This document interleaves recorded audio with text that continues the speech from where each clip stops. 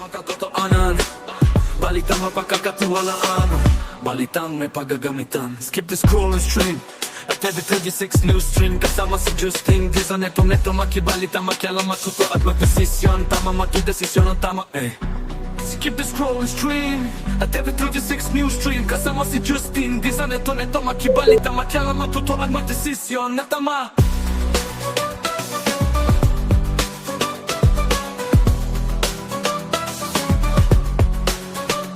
The scroll and stream at every 36 news stream. Kasama si Justin Di sa neto makibalita, makialam, matuto at magdesisyon na tama, magdesisyon na tama.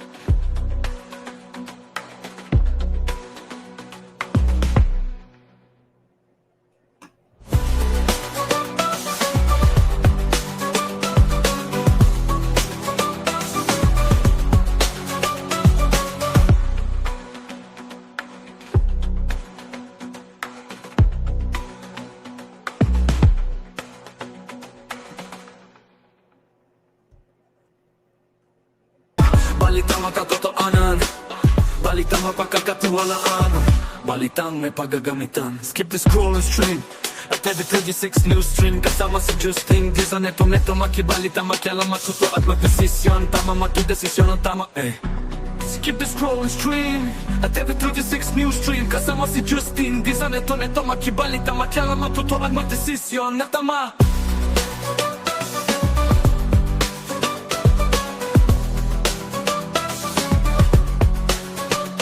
The scroll and stream at every 36 news stream. Kasama si Justin Di sa neto makibalita, makialam, matuto at magdesisyon na tama, magdesisyon na tama.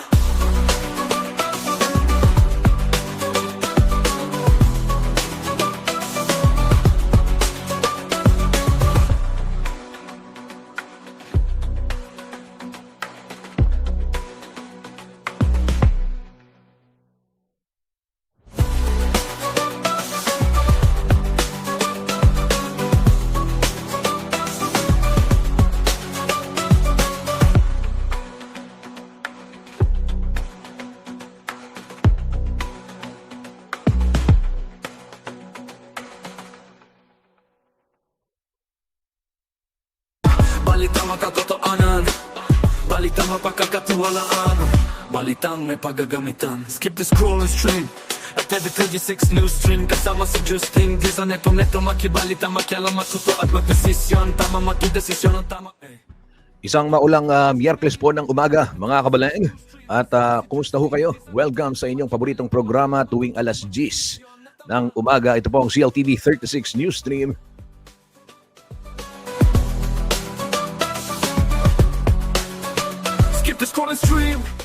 Kabalayan, Justin Dizon po maghahatid sa inyo ng balita at impormasyong makatotohanan, balita at impormasyong mapagkakatiwalaan, at balita at impormasyong may paggagamitan. Ito po ang pangako ng CLTV 36 News and Current Affairs sa atin hong halos 2 million followers dito sa Facebook. Live ho itong napapanood sa CLTV 36 Official and at CLTV 36 News. Sabayang napapanood din to sa YouTube at CLTV 36 Official. Ganyan din ho sa ating telebisyon nationwide, Signal Channel 115 Luzon, Visayas at Mindanao. Napapanood ang ating programa, gayon din sa Air Cable Converge Channel 71 at sa ating 37 cable partners. Dito po yan sa Central Luzon. Dito naman sa Pampanga, Free TV Channel 36. Balitang makatotohanan, balitang mapagkakatiwalaan, balitang may paggagamitan. Skip the scroll and stream. Marami ho tayong mga pinag-uusapang balita kaliwat kanan at dito ho sa atin sa lalawigan ng Pampanga. Ayan ay umiingay itong usapin kaugnay nitong mga influenza-like illnesses, di ba? Yung trangkaso. Gaya nga ng binabanggit ko nung isang araw dito sa ating programa, natanong ko yung ating mga kababayan, nagkatrangkaso na ba lahat? Kasi sabi ko sa ating opisina, o kami ho dito lahat din halos may mga kasamahan tayo na nagkatrangkaso, di ba? So very rampant ika nga. And pinatotohanan naman ng DepEd yan, SDO Angeles, pero ayon ho sa regional office under verification pa. Mamaya tatalakayin natin yung balitang yan, ano, at syempre, yung iba pang mga usapin dito ho sa ating lalawigan at sa rehiyon gitnang Luzon.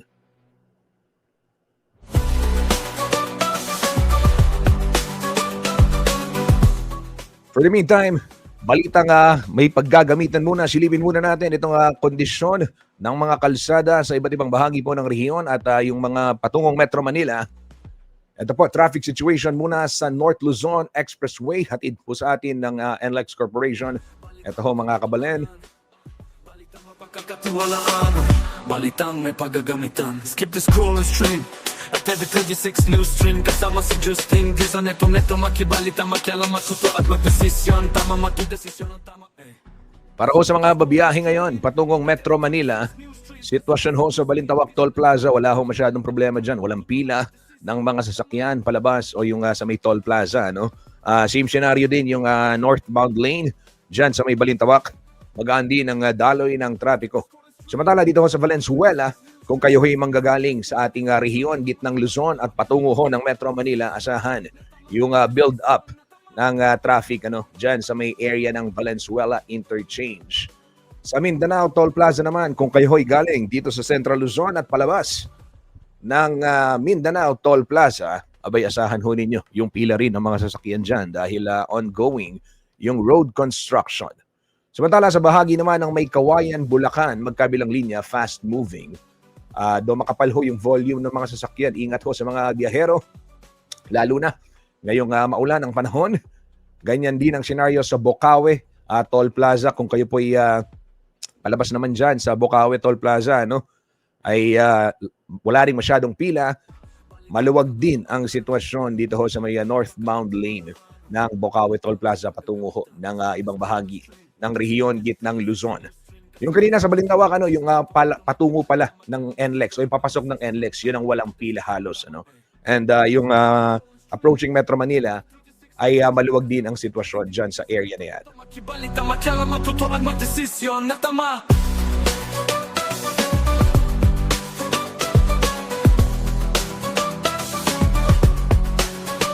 Skip the scroll and stream at every 36 news stream. Kasama si Justin Giza, neto makibalita. Mula naman sa North Luzon Expressway, silipin natin sitwasyon ng trapiko sa mga kalsada dito ho sa may syudad ng San Fernando, Pampanga ngayong 10:09 ng umaga, araw ho ng Miyerkules, October 15, 2025.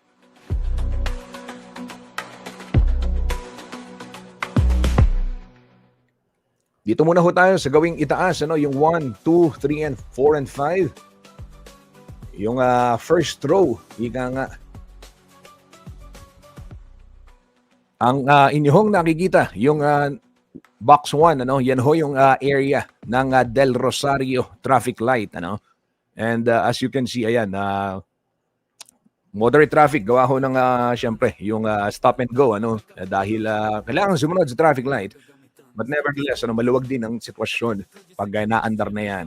Dito ho sa may sakop maimpis naman, yung area ho, may ginagawang portion dyan ng MacArthur Highway, particular na yung mga drainage system, yung tapat ho ng Diosdado Macapagal Regional Government Center. Ayan, nakikita ninyo sa box 2 and 3. Tuloy-tuloy naman ang daloy ng trapiko dyan sa area na yan. Ganyan din ho yung sitwasyon sa may San Isidro, sa tapat ho ng San Isidro Elementary School. Dyan pa rin sa bahagi ng MacArthur Highway.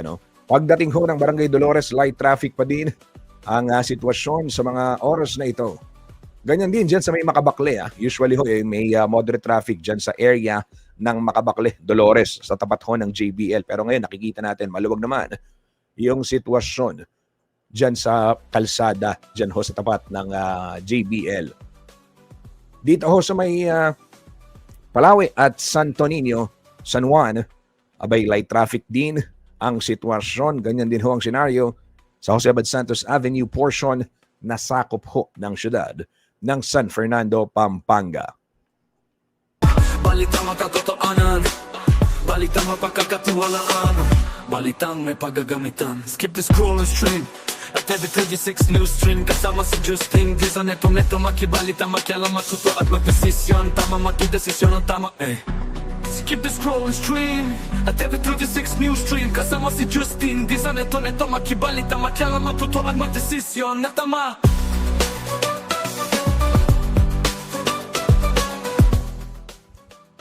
Ito naman, silipin natin. Sa mga patungong kanlurang bahagi ng gitnang Luzon, if you are headed to Bataan, o di kaya naman Olongapo City, o dyan sa may Subic Bay, dyan sa may Subic Freeport, ito ho yung sitwasyon ng mga kalsada kung kayo ay hindi daraan ng mga expressway at magte-take ng mga national roads dito ho sa lalawigan ng Bataan.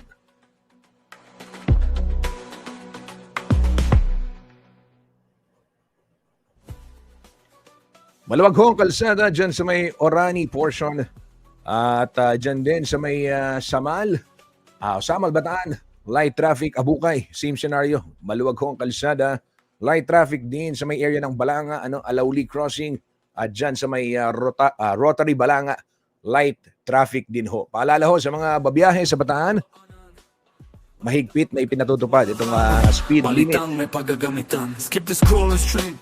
Yun hong mga PUV 70, mga motorsiklo 60, pribadong sasakyan 80, habang yung mga naglalakihang truck at van 50 lamang ang maximum na takbo, mga kabalan. Kasama si Justin, di sa neto makibalita, matyala matuto at magdesisyon na tama.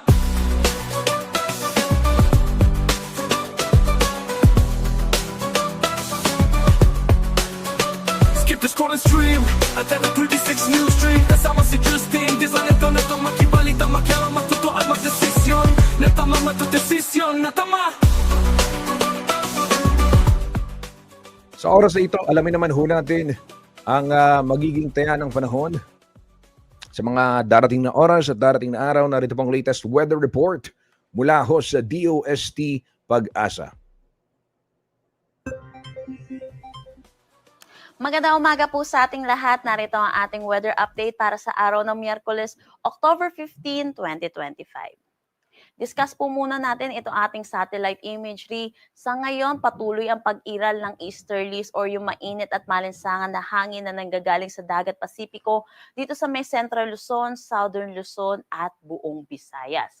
Meron din tayong northeasterly wind flow na nakakaapekto naman dito sa may extreme northern Luzon. Para naman sa update natin dito sa binabantayan nating low pressure area dito sa labas ng ating Philippine Area of Responsibility, ito ay huling namataan sa layong 1,765 kilometers east ng northeastern Mindanao. Sa ngayon, tumataas na yung tsansa nito na maging isang ganap na bagyo within the next 24 to 48 hours at posibleng pumasok ng ating PAR bukas at papangalanan natin itong Ramil. Ayon sa ating current forecast track, posible itong lumapit dito sa may Northern Luzon at inaasahan din natin posible itong magpaulan dito sa malaking bahagi ng Luzon by weekend. Pero sa ngayon, malayo pa po itong low pressure area po natin, kaya posible pa rin po magbago ang ating forecast track.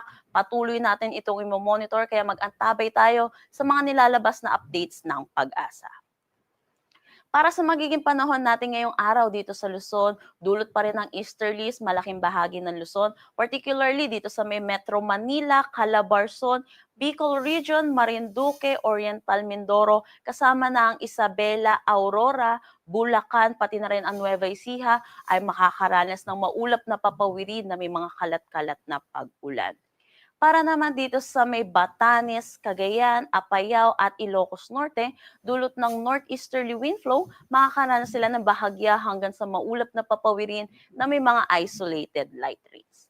Sa nalalabing bahagi naman ng Ilocos Region, Cordillera Administrative Region at pati na rin dito sa may Central Luzon, makakaranas naman sila ng maaliwalas na panahon, pero asahan din natin yung init at alinsangan lalo na sa tanghali hanggang hapon na may mataas na tsansa ng mga panandili ang buhos ng pag-ulan lalo na sa hapon at sa gabi, dulot ito ng mga localized thunderstorm. Agwat ng temperatura for Metro Manila, 25 to 31 degrees Celsius. Lawag, 25 to 33 degrees Celsius. For Tuguegarao, 24 to 32 degrees Celsius. Baguio, 17 to 25 degrees Celsius. For Tagaytay, 23 to 29 degrees Celsius. At Legazpi, 25 to 29 degrees Celsius. Dito naman sa may Eastern Visayas, pati na rin dito sa Aklan, Capiz, Bohol at Cebu, makakaranas sila ng maulap na papawiri na may mga kalat-kalat na pag-ulan din, dulot ito ng easterlies. Para naman sa nalalabing bahagi ng Visayas, pati na rin dito sa Palawan at buong Mindanao, makakaranas din naman sila ng maaliwalas na panahon, pero yun din po, mataas din ang tsansa ng mga localized thunderstorm pagdating sa hapon at sa gabi. Agwat ng temperatura for Calayan Islands at Puerto Princesa, 26 to 33 degrees Celsius. Dito sa Iloilo, 25 to 32 degrees Celsius. Tacloban at Cebu, 26 to 30 degrees Celsius. For Cagayan de Oro, 24 to 31 degrees Celsius. Davao, 25 to 33 degrees Celsius. At Zamboanga, 26 to 33 degrees Celsius. Wala naman tayong nakataas na anumang gale warning sa anumang seaboards ng ating bansa. Ang sunrise mamaya ay 5:47 a.m. at ang sunset mamaya ay 5:36 p.m. Para sa karagdagang impormasyon, bisitahin ang aming mga social media pages at ang aming website pag-asa.dost.gov.ph. At yan po muna ang latest dito sa Pag-asa Weather Forecasting Center. Chanel Dominguez po at magandang umaga.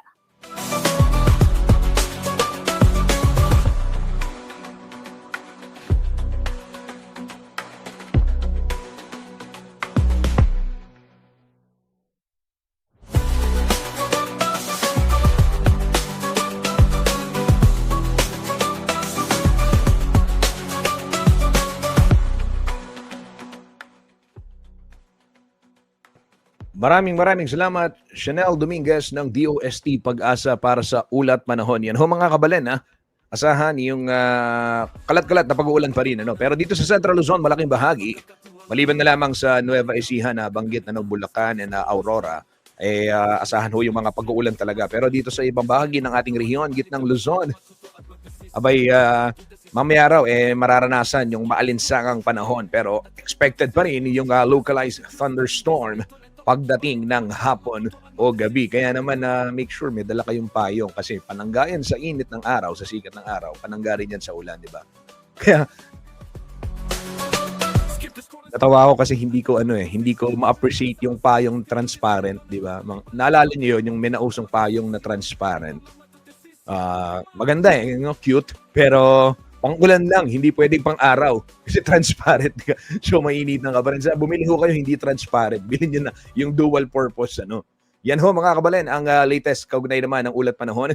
Samantala, silipin natin foreign exchange rate.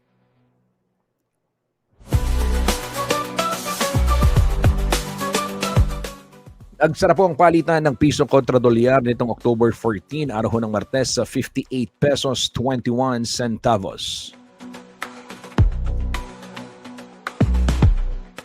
Samantala, yung Japanese yen is 38 centavos. Yung pound, 77 pesos 62 centavos. Yun pong Hong Kong dollar, 7 pesos 48 centavos. Saudi Riyal is 15 pesos 51 centavos. Yung dirham, 15 pesos 84 centavos. Euro is 67 pesos 35 centavos.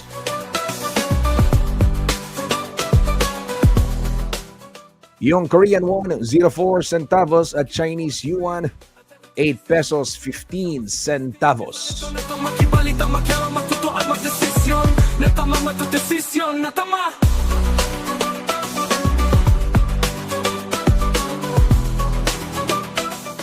Yan ho ang latest foreign exchange rates mula po sa Bangko Sentral ng Pilipinas. Samantala, tuloy-tuloy tayo public service announcement muna. Ito ho mga kabalen, marami-rami to. Bear with me.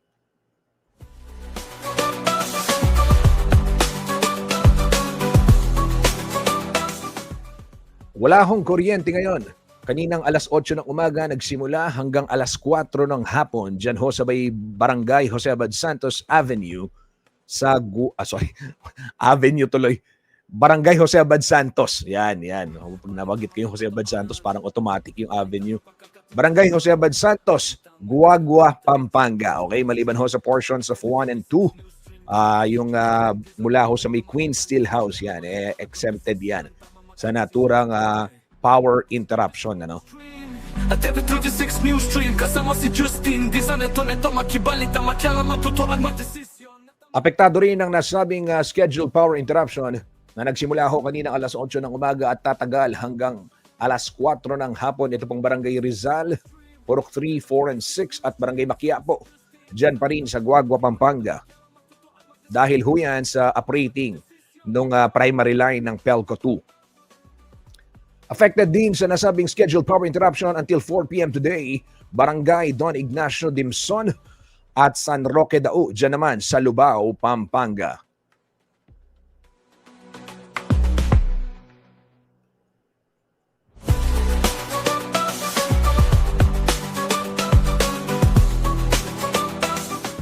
Samantala, ito naman ho, scheduled water supply interruption ngayong araw ng Miyerkules, October 15, 2025.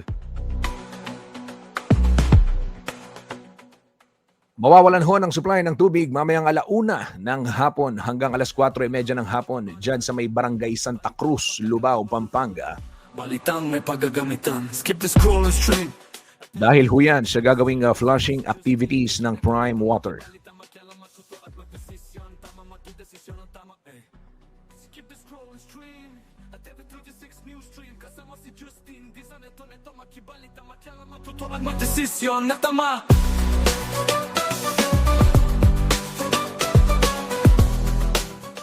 Yan ho kabala ng latest public service announcement at tayo ho'y magpapatalastas lamang sa ating pagbabalik. Talakayin ho natin yung detalye ng mga balita at yung latest development kaugnay nga nitong influenza-like illness dito ho sa lalawigan ng Pampanga at syempre yung paghahanda rin para ho sa nalalapit na paggunita natin ng undas. Okay, kay katabo pong Kapampangan daw na tamok yun. At antabayanan ho ninyo yung mga detalye ng balitang yan. Huwag ho kayong aalis at magbabalik po ang CLTV 36 News Stream matapos ang ilang paalala.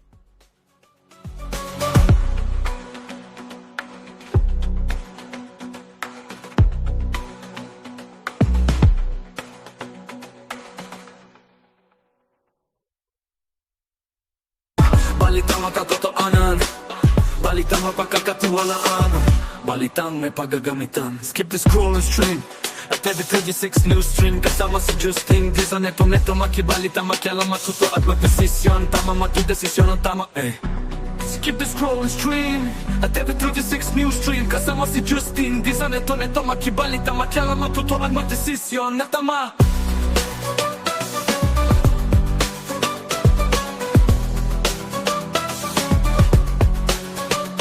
The scroll and stream at TV36 News Stream. Kasama si Justin. Disa neto makibalita makialam matuto at magdesisyon na tama matudesisyon na tama.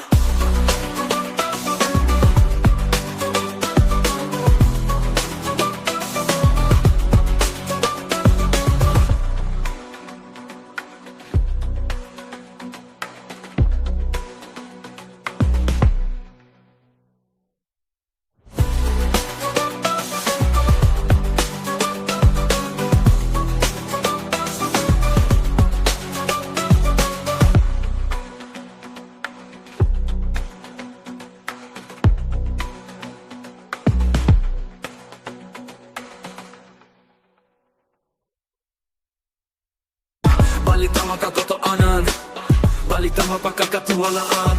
Balitang may paggagamitan. Skip the scroll and stream.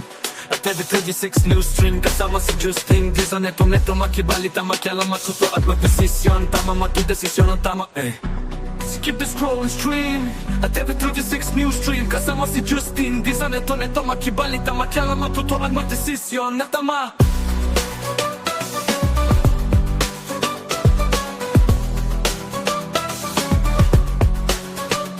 The scroll and stream at TV36 News Stream. Kasama si Justin. Disa neto makibalita makialam matuto at magdesisyon na tama matudesisyon na tama.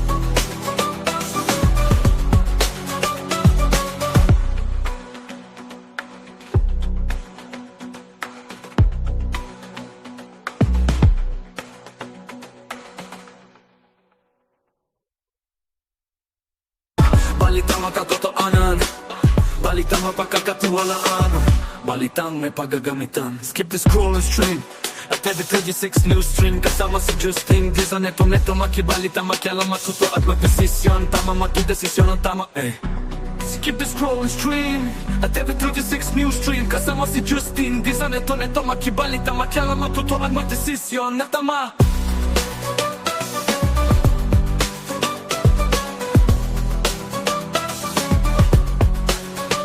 Skip the scroll and stream at every 36. Nagbabalik po ang CLTV 36 News Stream. At gaya ho ng aking nabanggit kanina bago tayo magpatalastas dito sa ating programa, narito po ang mga headlines ngayong araw ng Miyerkules, October 15, 2025.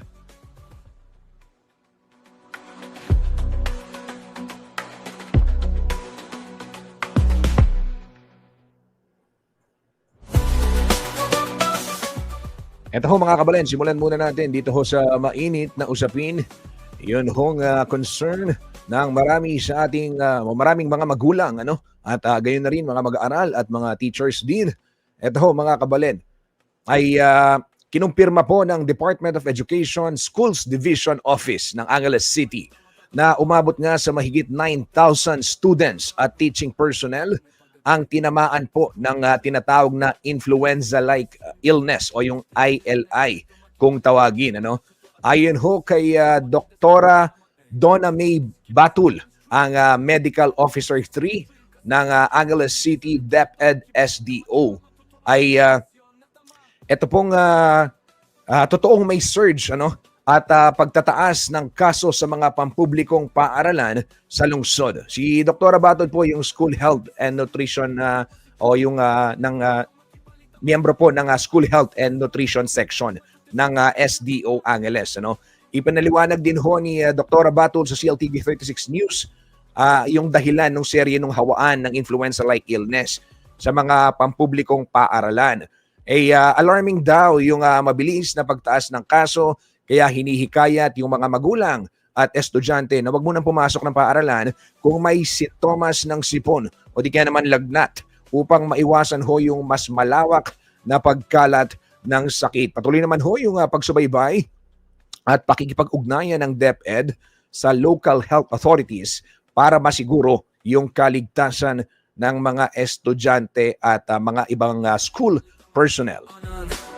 Balitang mapagkakatiwalaan, balitang may paggagamitan. Samantala, nilinaw naman ho ng SDO Angeles matapos hong magsalita yung kanilang School Health and Nutrition Section, yung ito nga ang balita. At ayon ho sa kanila, paglilinaw ho ng SDO sa isang pahayag, hindi pa ito yung pinal na datos at kasalukuyan itong vine-verify ng Schools Division Health and Nutrition Unit. Ayon sa kanila, ang numerong ibinahagi ay resulta ng paunang monitoring at hindi pa dumaan sa formal na validation at cross-checking. Upang matiyak ang katumpakan ng bilang, hinihingi rin ng SDO ang tulong ng LGU at ito pong health office para sa masusing pagsusuri at pagtukoy sa aktual na bilang ng mga estudyanteng apektado. Tiniyak ho ng SDO sa mga magulang, guro at publiko na seryoso at agarang tinutugunan ng sitwasyon at nananatiling pangunahing prioridad ang kalusugan at kapakanan ng mga mag-aaral.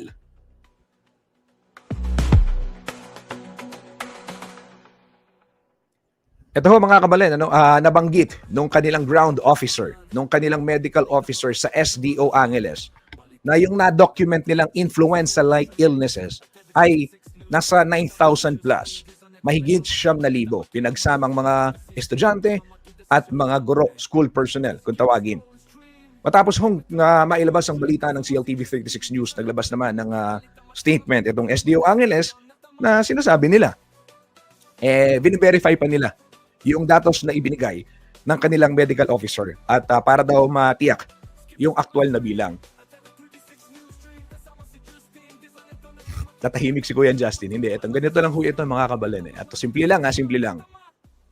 Alam ho ninyo, tama naman na kailangan nilang i-verify yung datos na yan, yung 9,000. kung yan ba yung tumpak na bilang. Pero ang punto ho rito, yung mismong medical officer nila ay yung nag-ulat na halos 9,000 yung nakitaan nila ng sintomas ng nasabing sakit. So, paano ba? Pag ba-verify yan, hindi naman ILI yan. So, wala tayong dapat ikatakot. Ang punto ho rito, 9,000 yung nagkakasakit. No? Yan ho yung sinasabi ng medical officer. And I do not understand kung anong klaseng verification, but ito ho'y iniulat ng kanilang medical officer. And then after mailabas, ay siya namang sinasabing under verification. Isa lang malinaw, yung mismong tao sa ground, alam niya na nagkaroon ng maraming nagkaroon ng sakit doon sa kanilang sa syudad, no? Particular na sa iba't ibang paaralan. Para pa mas maunawaan natin yung aking sinasabi, pakinggan ho natin yung pahayag ni Dr. May Batul. Ito ho Medical Officer 3 ng SDO Angeles. Kaugnay ho nung sitwasyon, okay? Na kanila hong namomonitor sa ground, hindi mula sa opisina, sa ground, kung ano yung kanilang nakikita at kung ano yung kanilang tinitreat. Kasi ayon kay Paul G, inabutan pa niya maraming mga nakapila ring estudyante. So ano ho yung kanilang nahaharap sa araw-araw. Pakinggan ho natin ang pahayag ni Dr. Batul kaugnay ng nasabing usapin. As of this time, ang nakuha pong figure na nagkaroon na ng ILS or influenza-like illnesses ay mga 9,037 na po. So, napakarami po niyan kung tutuusin dahil kung hindi po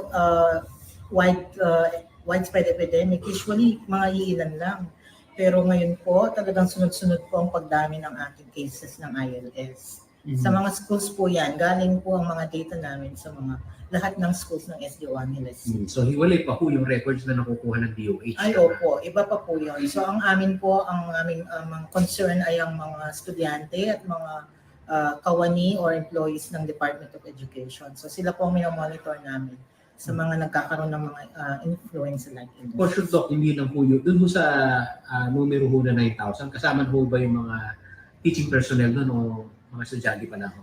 Total na po yun. Actually, lahat na, sa kabuuan na po yun. Lahat na ng estudyanteng nagkaroon ng ILS, pati na yung mga non-teaching and teaching personnel po ng SDO Angeles. So far naman anong intervention na ginagawa ho ng SDO na Angeles? Okay, so far po, lahat ng mga nurses, meron po tayong mga 8 nurses dito po sa ating SDO.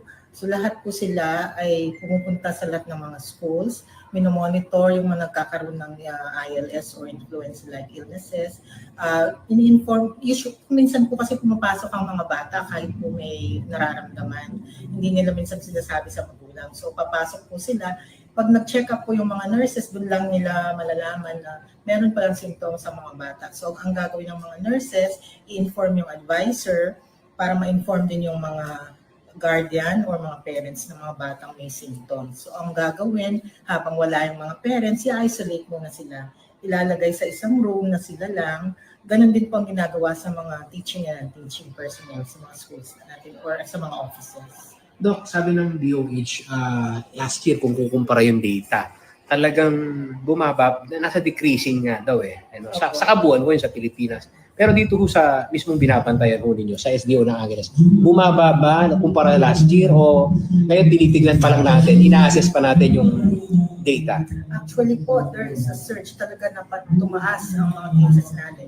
Last year po, meron tayong mga ilan-ilan, pero hindi po ganito kataas at biglaan. Sa sabay-sabay po lumitaw yung mga symptoms ng mga kawani at mga school children natin dito sa Angeles. Ma'am, so far, ano ho yung may recommendation na rin po ba? Kasi sa ilan hong mga LGU, meron po talaga silang hakbang na kapag malaki ko may surge, yung suspension kailangan talagang ipatupad para dun ho sa sanitation mangyari at pati na rin ho yung health protocol gaya ho ng pagsusuot ng face mask. Ano ho yung mga recommendation mo? So ang recommendation po unang-una preventive, no? So mas maganda ang preventive kaysa cure, sabi nga nila.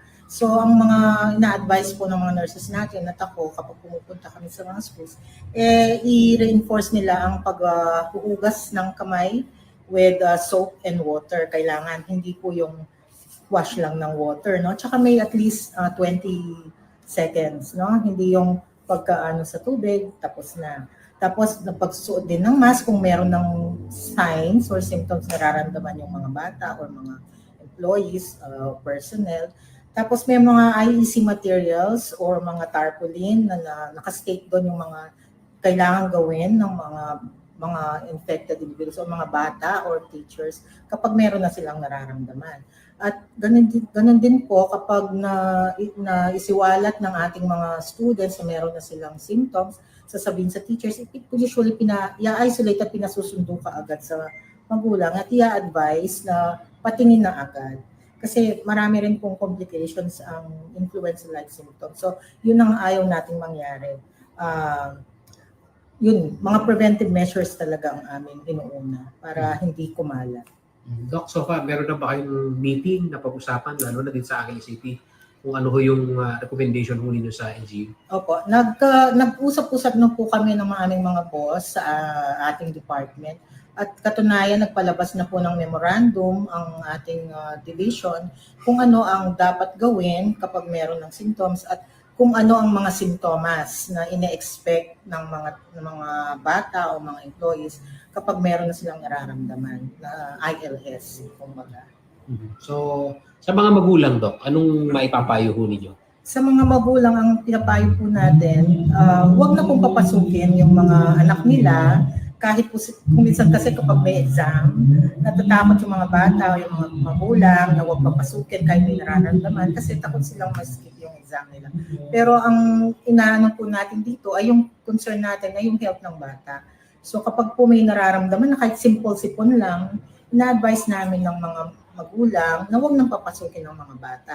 At kung pwede, may mga malalapit naman tayo ng barangay health center, pwede nilang dalhin doon upang maipa-check up ang kanilang mga anak. At panatilihin ding malinis ang kapaligiran nila kasi isa yon sa mga pwedeng magkalat ng virus sa kanilang area. Sir, as of yesterday po na nakala po natin from elementary, elementary, junior high school and senior high school ay meron po tayong 760 na mga estudyante po na nagpapakita po ng sintomas po. Aside from that, we have also some teachers po na nagpapakita rin po ng mga sintomas na nasa humigit kumulang mga 32 teachers po siya. Anong instruction, sir, pagka ho ganun na ho ang nakikita ho natin na may sintomas yung mga estudyante at saka teacher? So usually naman po, sir, kung meron po tayong mga ganun na cases po, kung hindi naman po siya ganun kalala po, binibigyan naman po natin sila ng mga first aid po. At the same time, mga reminders naman po. Ngayon, kung yung bata po ay hindi naman po talaga kayang pumasok, ini-instruct na po ang mga magulang na hanggat maaari ay huwag na pong papasukin ng bata at bigyan na po ng pangunang lunas nang sa ganun ay hindi na rin po mahawa yung mga ibang kaklase po niya. And aside from that, meron din naman po tayong LSCP or yung tinatawag nating learning continuity plan na kung saan patuloy pa rin po yung pagbibigay ng basic education sa mga bata na tinamaan ng mga ganitong klaseng situation po or sakit po siya. So hindi pa naman po din napuputol yung yung education. Opo. At sa laki ho nito pong populasyon, nito pong mga estudyante dito, mga kaibigan, talaga pong hamon, yun hong maipatupad ang ngayon, in terms naman po sa mga ating mga kaguruan naman po, pinapatupad po natin na actually kahapon po nagbigay na po tayo ng announcement and in-encourage na po natin yung ating mga magulang and yung ating mga kaguruan na magsuot na po ulit ng face mask at mag-start na po ulit tayo doon sa mga health protocols na dapat nating panatilihin or gawin po tulad na lang po yung alcohol, paggamit ng mga alcohol and even mga other sanitation procedure. Ilang shift po ang mga estudyante dito at sa kabuuang populasyon, gaano ho karami? Shift po natin, 2 shifts po tayo, sir. Meron po tayong morning shift at saka AM shift from kinder hanggang junior high school and senior high school po. Sa kabuuang population po from K to grade 12 po, nasa 3,400 students po lahat yung ating population po dito sa Malabañas Integrated School. Good luck po sa inyo at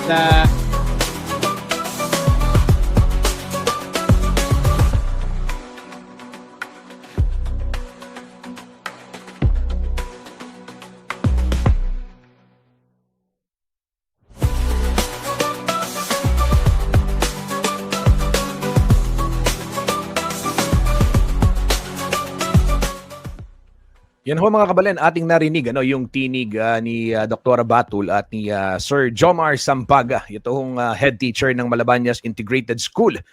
Yung binanggit kanina ni Mama Batul o ni Dr. Batul ay 9,037. So parang and then ito namang si Sir Jomar nasa 700 plus. So ibig sabihin yung 9,037 kumbaga talagang dokumentado nila no, may butal Ibig sabihin talagang kada individual na kaso. Pero ulitin ko lamang ayon ho sa DepEd, for verification ng datos na ito nung naibalita natin, marami ho sa mga magulang naman yung mga netizen, yung mga magulang nagpahayag din ng kanilang saloobin, pagkabahala. Kung pwede, yung iba nagtatanong wala pa bang klase suspension, yung iba nagtatanong ano ba yung pwedeng gawin. Of course, ito nabanggit naman ni Dr. Batul na number one, of course, kailangan yung pag may sintomas ng ubo, sipon, lagnat, wag na hong papasukin yung mga anak ninyo para ho ito sa mga magulang. And then yung mga bata naman, if you think na meron naramdaman kayong hindi maganda, pwedeng lumiban at valid ho yan. Pwede ho kayong mabigyan naman ng special exam. Maganda rin na magpatingin sa pinakamalapit na health center upang sa gayon hindi na kumalat o hindi na lumala pa yung inyo pong nararamdaman at syempre maiwasan yung makahawa pa kayo sa iba nating kasama sa bahay, mahal sa buhay, etc., mga kaibigan. So yan ho mga kabalen, ang latest kaugnay nitong sitwasyon ng ILI dyan sa may syudad ng Angeles. At every 36 news stream kasama si Justin Di sa neto makibalita, makialam, matuto at magdesisyon. Tama, makidesisyon ang tama Skip the scroll stream. Ito naman ho, kaugnay ng ating paggunita sa araw ng mga patay, yung undas o down, kaya katamo Kapampangan.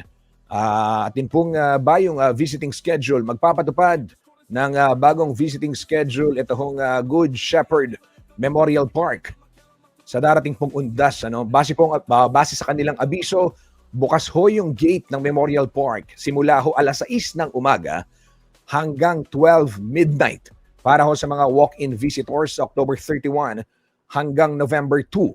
Muli naman hong ipatutupad ang regular visiting hours pagdating ng November 3. Yan po ay 6 a.m. to 6 p.m. So mula po October 31 hanggang na pong November 2. Alas 6 na po ng umaga hanggang ng alas 12 ng Kapitangan Bengi. Mapakabuklat po yung gate ng JBL. Sorry, Good Shepherd. Good Shepherd Memorial Park. Ipinaalala rin ho ng pamunuan na hindi papayagang makapasok ang anuman hong mga sasakyan sa loob ng sementeryo sa panahon po ng undas. Bawal din ang pagsusugal. Alam na ho natin dapat ito, pero every undas na lamang meron din talagang nahuhuli, di ba? Pagdadala ng matutulis na bagay, ito ho yung alak, bawal mag-inom. Magdala ng malalakas na sound system. Bawal din ang mga alagang hayop dyan ho sa may Good Shepherd upang mapanatili ang kaayusan at sa paggunita po nitong ating down o yung undas 2025.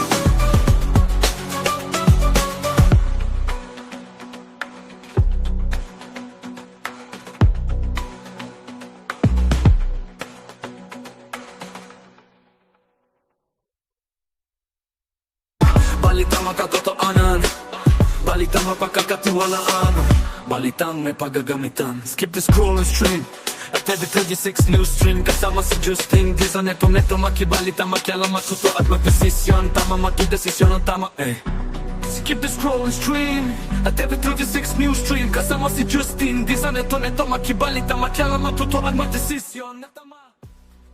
Ito ho mga kabalen, sa iba namang balita.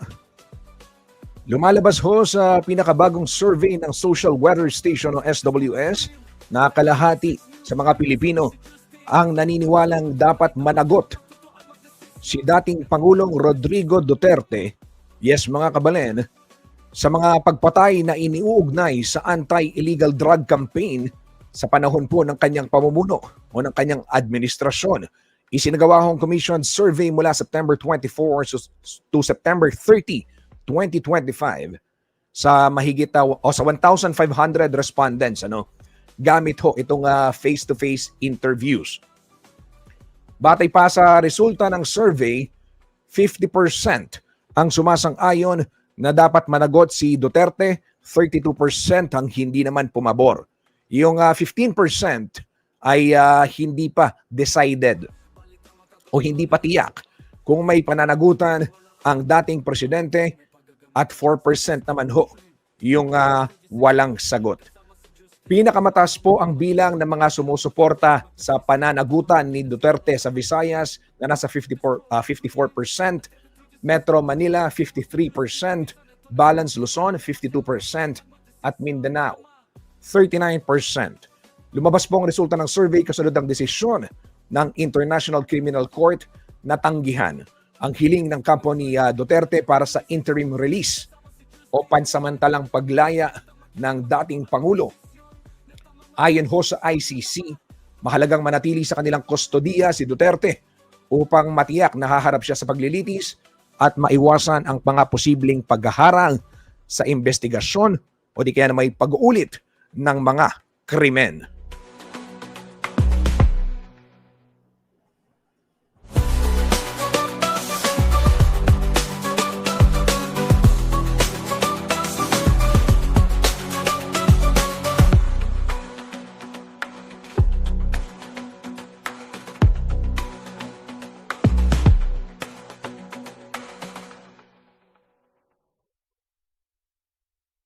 Balitang makatotohanan, balitang mapagkakatiwalaan, balitang may paggagamitan. Skip the scroll and stream at every 36 news stream kasama si Justin.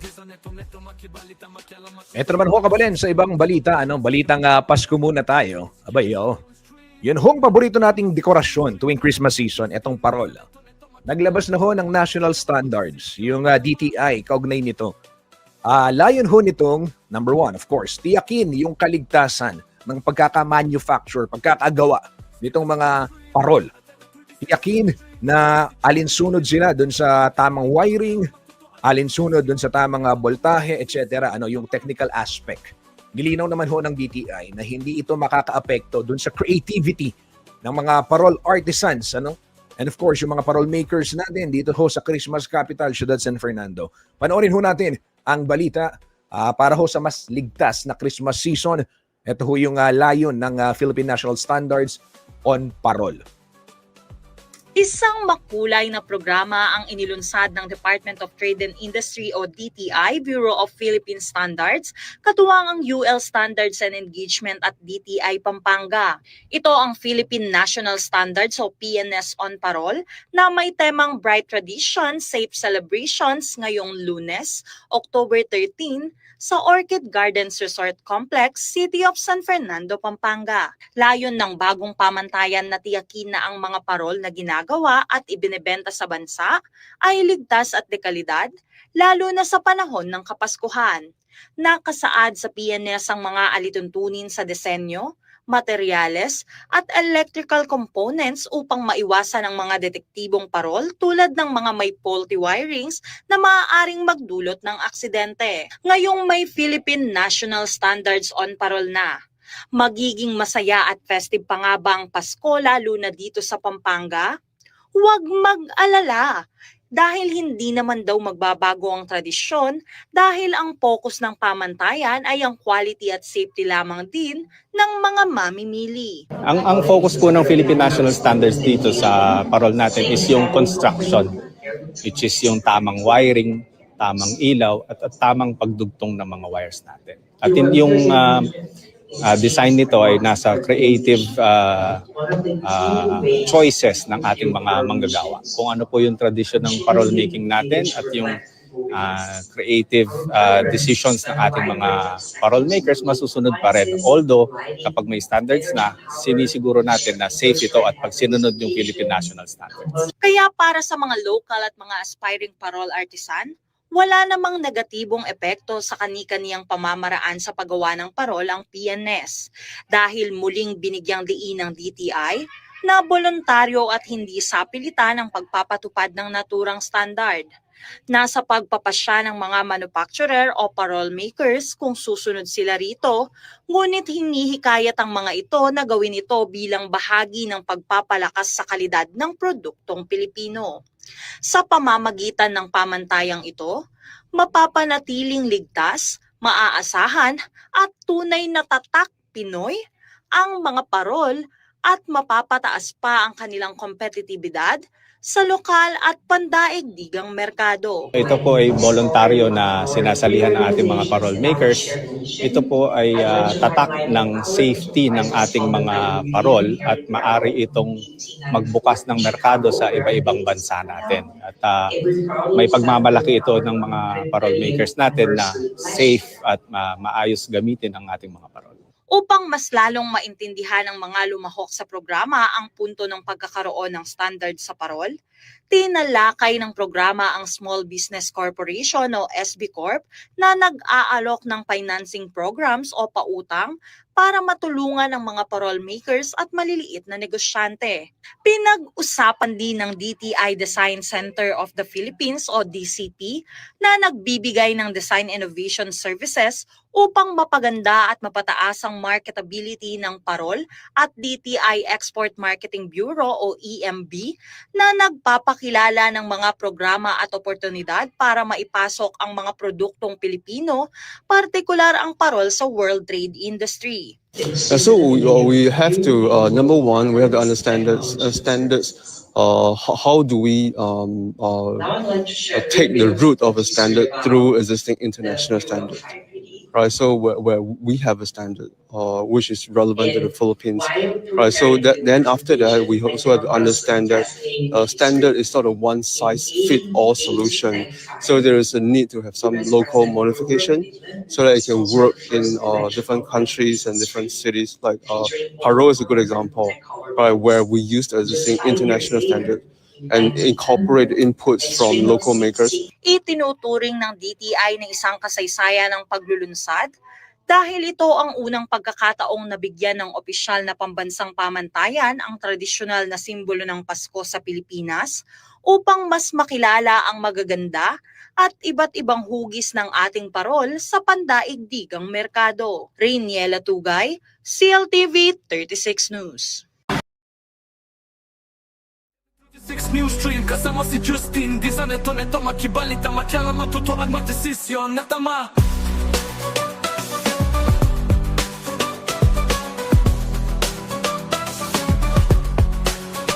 Skip the scroll and stream at the 36 News Stream, kasama si Justin. Di sa neto makibalita, matyala matuto at magdesisyon. Kabalen, bago tayo magpaalam, ito, nakita na rin ho nating nakasabit yung mga parol dyan sa may Baliti hanggang Telebasnagan sa syudad ng San Fernando, Pampanga. Ito ho yung mga dekorasyon na nakasabit sa mga puno ng akasya, upang higit na maramdaman ang simoy ng Kapaskuhan ay sinimulan na nga nitong Lunes ang pagsasabit ho ng mga parol, yung Christmas decoration. Bukas gagawin, Huwebes, gagawin yung ceremonial lighting nitong mga parol sa buong syudad ng San Fernando, Pampanga. At ito hong mga acacia tree dyan sa may MacArthur Highway, Barangay Baliti, ay naghahanda na, inihahanda na, naisabit na yung mga parol. Gawa ito ng mag-amang sina Marlon at Vince Tayag, na kilalang lantern maker sa lungsod na tinaguriang, of course, Christmas capital of the Philippines. Katuwang ho nila sa paglalagay ng dekorasyon ang mga kinatawan ng CSFP Engineering Department, gayon na rin ho yung Tourism Office ng syudad ng San Fernando, Pampanga.